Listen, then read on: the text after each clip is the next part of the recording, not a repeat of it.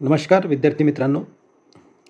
सर्वीकडे परीक्षेचं वातावरण सुरू आहे. वेगवेगळ्या विभागाच्या ज्या काही भरती आहेत त्या भरती प्रक्रिया राबवण्यात येत आहेत आणि सरळ सेवेच्या माध्यमातून जास्त परीक्षा या ठिकाणी घेण्यात येत आहेत. त्यामध्ये वनरक्षक असेल, पोलीस भरती असेल, त्यानंतर तुमचं समाज कल्याण असेल, महिला बालकल्याण असेल किंवा कोणतीही परीक्षा असेल त्यामध्ये मराठी ग्रामरचा जो काही भाग असतो, पोर्शन असतो, तो महत्त्वाचा असतो. आणि मराठी ग्रामरमध्ये काही घटक असे आहेत की ते अत्यंत सोपे आहेत, परंतु ते आपण जास्त त्याचा अभ्यास केल्या कारणामुळे किंवा मग त्याकडे दुर्लक्ष केल्या कारणामुळे ते विषय आपल्याला किचकट वाटतात. परंतु काही घटक मराठी व्याकरणामध्ये आहेत जे 100% आपल्याला मार्क्स मिळवून देऊ शकतात. त्यामधला एक घटक म्हणजे अलंकार हा एक घटक आहे.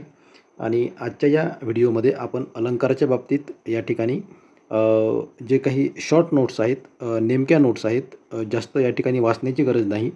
ज्या काही व्याख्या आहेत आणि जे काही उदाहरणं आहेत यावरून तुम्हाला तो कोणता अलंकार आहे हे तुम्हाला या ठिकाणी समजू शकते. आपण प्रत्यक्ष व्याख्येच्या माध्यमातून आणि उदाहरणाच्या माध्यमातून या ठिकाणी बघणार आहोत. पहिला भाग आहे.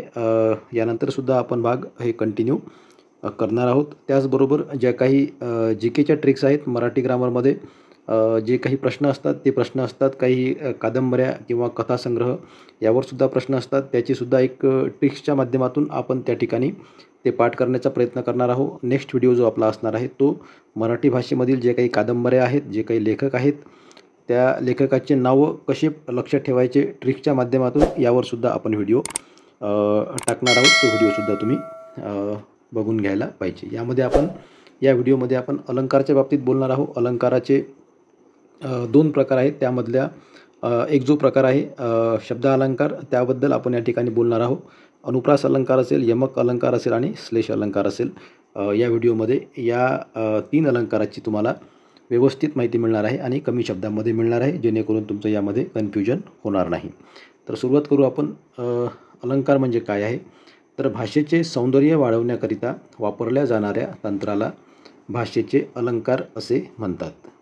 सरळ व्याख्या आहे, एकदम कमी शब्दामधली व्याख्या आहे. ओके. यावरसुद्धा प्रश्न विचारलेले आहेत परीक्षेमध्ये की भाषेचे सौंदर्य वाढवण्याकरिता वापरल्या जाणाऱ्या तंत्राला काय म्हणतात, अशा प्रकारचा प्रश्नसुद्धा परीक्षेमध्ये विचारलेला आहे. त्यानंतर आपण बघू मराठीमध्ये अलंकाराचे 2 प्रकार पडतात. त्यामधला पहिला प्रकार आहे शब्द अलंकार आणि दुसरा प्रकार आहे अर्थ अलंकार. आणि यानंतर शब्द अलंकाराचे या ठिकाणी प्रकार बघणार आहोत. या ठिकाणी तुम्ही बघू शकता शब्द अलंकार आहे आणि अर्थ अलंकार आहे. 2 प्रकार आहेत अलंकाराचे मराठीमध्ये. त्यामधला पहिला प्रकार शब्द अलंकार आहे आणि शब्द अलंकाराचे सुद्धा या ठिकाणी 3 प्रकार आहेत. त्यातला पहिला प्रकार आहे अनुप्रास अलंकार, दुसरा प्रकार आहे श्लेष अलंकार आणि तिसरा प्रकार आहे यमक अलंकार. यामधला पहिला प्रकार आपण बघणार आहोत अनुप्रास अलंकार. यामध्ये बघा आता अनुप्रास अलंकाराची जी काही व्याख्या आहे ती व्याख्या या ठिकाणी सुटसुटीत अशी आहे की कवितेच्या चरणात एकाच अक्षराची पुनरावृत्ती होऊन त्यातील नादामुळे जेव्हा सौंदर्य प्राप्त होते तेव्हा तेथे अनुप्रास हा अलंकार होतो. सरळ व्याख्या आहे कमी शब्दामधली, परंतु याचं जेव्हा आपण उदाहरण घेऊ तेव्हा उदाहरणातून तुम्हाला ही गोष्ट एकदम क्लिअर समजणार आहे. व्याख्या एकदा पुन्हा ऐकून घ्या. कवितेच्या चरणामध्ये एकाच अक्षराची पुनरावृत्ती होऊन त्यातील नादामुळे जेव्हा सौंदर्य प्राप्त होते तेव्हा तेथे अनुप्रास हा अलंकार होतो. म्हणजे यामध्ये एका अक्षराची पुनरावृत्ती होते, ही गोष्ट समजून घ्या. आता उदाहरण बघू आपण. यामध्ये अनुप्रास अलंकाराचं पहिलं उदाहरण जे आहे ते आहे पेटविले पाषाण पठरावरती शिवबांनी. आता या ठिकाणी बघा हे जे लाल अक्षरामध्ये तुम्हाला जे दिसते आहे हे प हे अक्षर आहे. हे प अक्षर या ठिकाणी पुन्हा येत आहे. या ठिकाणी सुद्धा तुम्ही बघू शकता एका शब्दाची पुनरावृत्ती असं आपण या ठिकाणी शॉर्टमध्ये दिलेलं आहे. त्यामुळे पेटविले पाषाण पठरावरती शिवबांनी, या ठिकाणी प या शब्दाचं रिपिटेशन झालेलं आहे. प या शब्दाची त्या ठिकाणी पुनरावृत्ती झालेली आहे. त्यानंतर दुसरं उदाहरण या ठिकाणी तुम्ही बघू शकता गळ्यामध्ये गरिबाच्या गाजे संताची वाणी. आता या ठिकाणी सुद्धा कोणतं अक्षर रिपीट झालेलं आहे ते सुद्धा तुम्हाला या ठिकाणी हिरव्या कलरमध्ये दिसणार आहे.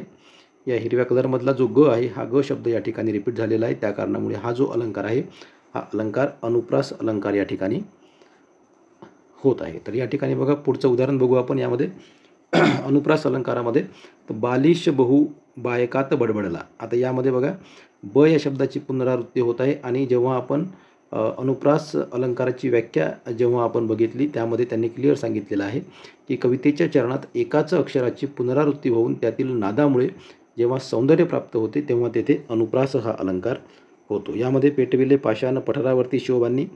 दुसरं उदाहरण आहे गळ्यामध्ये गरिबांच्या गाजे संताची वाणी. त्यानंतर तिसरं उदाहरण आहे यामध्ये बालिश बहु बायकात बडबडला. आता यामधलं जे काही महत्त्वाचा विषय आहे हा जो रिपिटेशनचा जो शब्द आहे हा शब्द तुमच्या लक्षात या ठिकाणी यायला पाहिजे. तुम्हाला या ठिकाणी कुठल्याही प्रकारचा प्रॉब्लेम अनुप्रास अलंकार ओळखण्यासाठी होणार नाही. त्यानंतर पुढचं उदाहरण जे आहे आज गोकुळात रंग खेळतो हरी राधिके जरा जपून जा तुझ्या घरी. आता यामध्ये जो शब्द आहे हा या शब्दाची या ठिकाणी पुनरावृत्ती होत आहे ही गोष्ट समजून घ्या.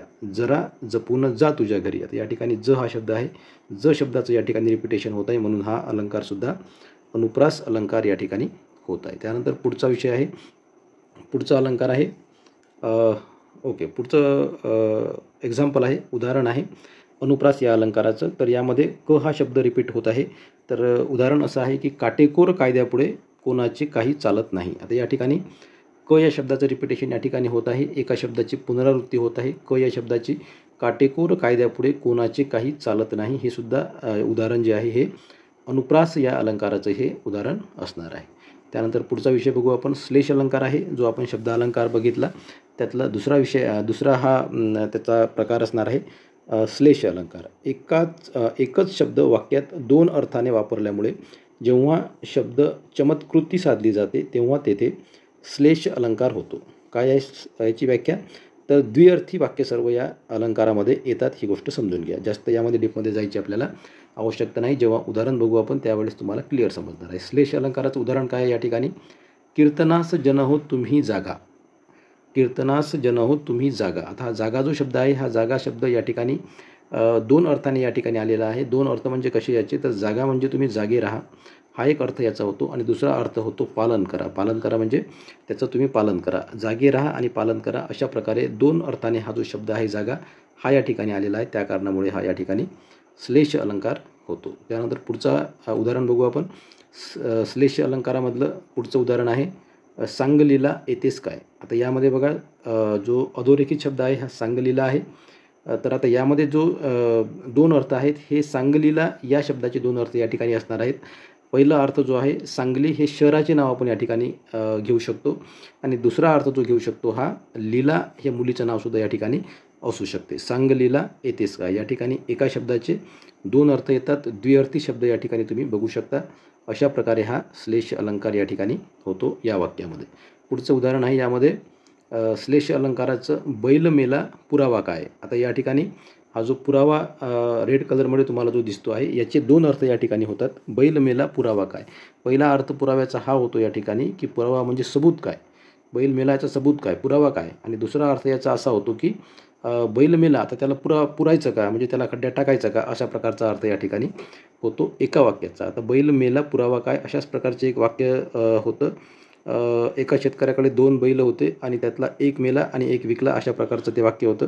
तर त्या ठिकाणी एक मेला एक विकला. आता या ठिकाणी एक बैल दोन बैलापैकी एक मेला असंही आपण म्हणू शकतो आणि एक मेला म्हणजे मेच्या 1 तारखेला त्याने बैल विकला असं सुद्धा म्हणू शकतो. अशा प्रकारच्या जे काही वाक्यरचना असते ते श्लेष अलंकार या प्रकारामध्येही येत असते. त्यानंतर पुढचा विषय बघू. पुढचा जो उदाहरण आहे ते उदाहरण आहे पुष्करू नका ही सुमने जरी वास न यास तरी तुम्हाला अर्पिली सुमने. आता या ठिकाणी सुमने हा जो शब्द आहे रेडमध्ये तुम्हाला जो दिसतो आहे तर या रेडमध्ये जो शब्द दिसतो आहे सुमने तर सुमने याचा अर्थ याचेसुद्धा दोन अर्थ या ठिकाणी होतात. सुमने म्हणजे या ठिकाणी एक सुमनेचा अर्थ या ठिकाणी फूल होतं आणि दुसरं सुमनेचं या ठिकाणी अर्थ सुमने म्हणजे चांगल्या मनाने ते फुलं तुम्हाला त्या ठिकाणी अर्पलेली आहेत असं सुद्धा याचा अर्थ होतो. त्यामुळे हा जो शब्द आहे सुमने हा सुद्धा या ठिकाणी द्विअर्थी शब्द आहे ही गोष्ट लक्षात घ्या. त्यानंतर पुढचा अलंकार आहे यमक अलंकार आहे. यमक अलंकार या ठिकाणी आपण लिहिलेला आहे रायमिंग वर्ड्स. रायमिंग वर्ड्स जे आहेत हे सर्व प्रकारचे रायमिंग वर्ड्स या यमक अलंकारामध्ये येत असतात. याची व्याख्या काय आहे तर बघा कवितेच्या चरणाच्या शेवटी मध्ये किंवा ठराविक ठिकाणी एक किंवा अनेक अक्षरे भिन्न अर्थाने आल्यास यमक अलंकार असे म्हणतात. याला यमक अलंकार असे म्हणतात किंवा त्या ठिकाणी यमक अलंकार होतो अशा प्रकारची ही व्याख्या असणार आहे यमक अलंकाराची. परंतु उदाहरणावरून तुम्हाला या ठिकाणी ही व्याख्या क्लिअर समजणार आहे यमक अलंकार नेमका काय आहे. तर यमक अलंकार म्हणजे आता बघा या ठिकाणी काय सांगितलेलं आहे, तर रायमिंग वर्ड्स तुम्हाला लक्षात ठेवायचा आहे. रायमिंग वर्ड शब्द जो आहे हा लक्षात ठेवायचा आहे. सुसंगती सदा घडो, सृजन वाक्य कानी पडो, कलंक मातीचा झडो, विषय सर्वथा नावडो. आता या ठिकाणी बघा हे सर्व रायमिंग वर्ड्स आहेत. घडो, पडो, झडो आणि नावडो. आता या ठिकाणी या वाक्यामध्ये या चरणामध्ये हे सर्व रायमिंग वर्ड्स आलेले आहेत. त्या कारणामुळे या ठिकाणी जो अलंकार होणार आहे हा यमक अलंकार होणार आहे, ही गोष्ट लक्षात घ्या. घडो, पडो, झडो, नावडो. जशा प्रकारे आपण बॅट म्हणतो, कॅट म्हणतो, रॅट म्हणतो, मॅट म्हणतो, अशा प्रकारे हे जे इंग्रजी शब्द आहेत हे या प्रकारे मराठीमध्ये असे शब्द येऊ शकतात. रायमिंग वर्ड्स त्याला आपण या ठिकाणी सुद्धा म्हणू शकतो. आपल्याला अलंकार ओळखायला तो विषय सोपा जाणार आहे. पुढचं उदाहरण बघा यामध्ये यमक अलंकारामधला कोणी दिला जिव्हाळा, कोणास ताप झाला, हसले दुरून कोणी, जवळून वार केला. आता यामध्ये दिला, झाला, केला हे सुद्धा रायमिंग वर्ड्स आहेत, ही गोष्टसुद्धा समजून घ्या. यमक अलंकारामध्ये रायमिंग वर्ड्स असतात. कोणी दिला जिव्हाळा, कोणास ताप झाला, हसले दुरून कोणी, जवळून वार केला. दिला, झाला आणि केला हे सर्व या ठिकाणी रायमिंग वर्ड्स आहेत. त्या कारणामुळे या ठिकाणी सुद्धा हा जो अलंकार आहे हा यमक अलंकार या ठिकाणी झालेला आहे. ओके, श्लेष अलंकाराचं एक उदाहरण या ठिकाणी राहिलेलं होतं मला वाटते. तर या ठिकाणी श्लेष अलंकार जो आहे तो द्विअर्थी शब्दाने आपण या ठिकाणी घेत असतो. तर श्लेष अलंकाराचं उदाहरण जे आहे ते उदाहरण आहे बघा, मंदिरात आरती चालली होती. आता या ठिकाणी आरती जो शब्द तुम्हाला दिसतो हा आरती शब्द जो रेड कलरमधला दिसतो, या आरती एका शब्दाचे दोन अर्थ या ठिकाणी निघू शकतात. त्यामुळे हा श्लेष अलंकार होतो. आणि दोन अर्थ कसे निघतात तर या ठिकाणी तुम्ही बघू शकता. आरती मंदिरात चालली होती. आरती मंदिरात चालली होती म्हणजे एक अर्थ याचा असा होतो की ती आरती सुरू होती मंदिरामध्ये, देवाची आरती मंदिरामध्ये सुरू होती, चालली होती, अशा प्रकारचा अर्थ आपण घेऊ शकतो. आणि दुसरा अर्थ आपण असा घेऊ शकतो की मंदिरात आरती चालली होती म्हणजे आरती नावाची मुलगी मंदिरात चालली होती. या ठिकाणी आरतीचे दोन अर्थ या ठिकाणी निघू शकतात. त्यामुळे हा या ठिकाणी श्लेष अलंकार होत आहे. ओके, त्यानंतर बघा हा प्रश्न आहे. या प्रश्नाचं उत्तर तुम्हाला यायलाच पाहिजे, जसं सुरुवातीला मी सांगितलेलं आहे. तर भाषेला ज्यामुळे शोभा येते त्या गुणधर्मांना रिकामी जागा असे म्हणतात. तर आता या जे ऑप्शन्स आहेत या ऑप्शनपैकी तुम्हाला या ठिकाणी उत्तर सांगायचं आहे. भाषेचे दागिने, भाषेची समृद्धी, भाषेचे अलंकार आणि शब्दसिद्धी. आपण सुरुवातीला जेव्हा व्याख्या बघितली तेव्हा त्या व्याख्येमध्ये सुद्धा क्लिअर सांगितलेलं आहे की भाषेला ज्यामुळे शोभा येते त्या गुणधर्मांना काय म्हणतो आपण, तर भाषेचे अलंकार त्या ठिकाणी आपण त्या गुणधर्मांना म्हणत असतो. अशा प्रकारचा हा विषय असणार आहे. अशा प्रकारचे प्रश्नसुद्धा परीक्षेमध्ये येत असतात. त्या कारणामुळे अशा प्रकारच्या प्रश्नांची व्याख्यासुद्धा तुमच्या पाठ असल्या पाहिजे. उपमेय काय आहे, उपमान काय आहे, त्यानंतर चेतना गुणोक्ती अलंकार काय आहे, उत्प्रेक्षा काय आहे, उपमा काय आहे, व्याजोक्ती काय आहे, स्वभावोक्ती काय आहे. तर सर्व प्रकारचे जे काही अलंकार आहेत हे अशा प्रकारे आपण शॉर्ट ट्रिकमध्ये त्याची व्याख्या आणि त्याची उदाहरणं तुम्हाला या ठिकाणी देण्याचा प्रयत्न करणार आहोत. आणि त्याचबरोबर जे काही कादंबऱ्या आहेत, भरपूर विद्यार्थ्यांना कादंबऱ्याचे जे काही लेखक आहेत ते पाठ करायला त्या ठिकाणी कठीण जात असतं. भरपूर सारे कथासंग्रह आहेत, कादंबऱ्या आहेत, नाटकं आहेत, त्यांचे लेखक आहेत, त्यांचे निर्माते आहेत, ते आपल्याला लक्षात राहत नाही. तर त्यासाठीसुद्धा नेक्स्ट व्हिडिओ जो असणार आहे तो आपला ट्रिक्सवर असणार आहे. काही जे काही लेखक आहेत त्या लेखकाचे जे काही संदर्भ साहित्य आहेत ते ट्रिक्सच्या माध्यमातून तुमच्यापर्यंत, व्हिडिओच्या माध्यमातून तुमच्यापर्यंत ते पोहोचणार आहेत. उदाहरण तुम्हाला या ठिकाणी देऊन सांगतो एक, की नासी फडके नावाचे जे काही लेखक आहेत त्यांचं जे काही साहित्य आहे त्यामधली एक कादंबरी आहे ऊन आणि सावल्या, अशी प्रकारची त्यांची कादंबरी आहे. कोणाची आहे तर या ठिकाणी बघा फडके यांची ही कादंबरी आहे. कादंबरीचं नाव काय आहे या ठिकाणी, ऊन आणि सावल्या असं त्या कादंबरीचं नाव आहे, ऊन आणि सावल्या. आता हे लक्षात कसं ठेवायचं आपल्याला, याची ट्रिक्स काय आपण या ठिकाणी लावू शकतो. तर आपण या ठिकाणी ट्रिक्स त्याची अशी लावू शकतो की ऊन आणि सावल्या हा शब्द आपल्याला लक्षात घ्यायचा आहे. उन्हामध्ये आपण सहसा काय करतो, तर उन्हामध्ये आपण डोक्याला रुमाल वगैरे बांधतो.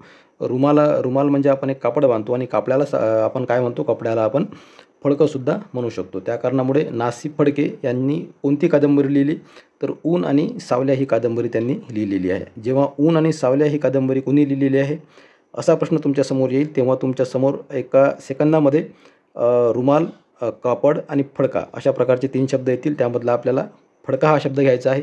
नासी फडके यांनी एक कादंबरी लिहिलेली आहे, कोणती, तर ऊन आणि सावल्या अशा प्रकारची कादंबरी त्यांनी लिहिलेली आहे. आणि दुसरा एक संदर्भ आहे, साहित्य आहे, गुलमोहर नावाचं कादंबरी आहे, ती कोणी लिहिलेली आहे, तर ती वपू काळे यांनी ती कादंबरी लिहिलेली आहे. आपण जेव्हा पाठ करतो तेव्हा आपल्या ते लक्षात राहत नाही, परंतु तुम्ही आता ही गोष्ट कधी विसरणार नाही की फडके यांनी ऊन आणि सावली ही कादंबरी लिहिलेली आहे, कारण की ऊन, सावली आणि फडकं हे तुमच्या लक्षामध्ये त्या ठिकाणी आलेलं आहे. ट्रिक्सचा विषय आहे, त्या कारणामुळे आपल्याला कोणाच्या नावासोबत काही छेडछाड करायची नाही आहे, परंतु आपल्या लक्षात राहावं यासाठी हा प्रयत्न आपण या ठिकाणी करतो आहे. आता गुलमोहर जे सांगितलेलं आहे तुम्हाला, तर गुलमोहर नावाची जी कादंबरी आहे ही व.पु. काळे यांनी लिहिलेली आहे. आपल्या लक्षात तो विषय राहत नाही, तर त्यासाठी आपल्याला काय करायचं आहे, तर गुलमोहराचं जे काही फूल असते, तर गुलमोहराचं फूल हे सहसा रेड कलरचं असते. सहसा म्हणजे रेड कलरचंच असते, ते लाल कलरचं असते आणि लाल कलरचं फूल त्या ठिकाणी असते, परंतु आपल्याला लक्षात ठेवायचं आहे ते फूल काळं आहे.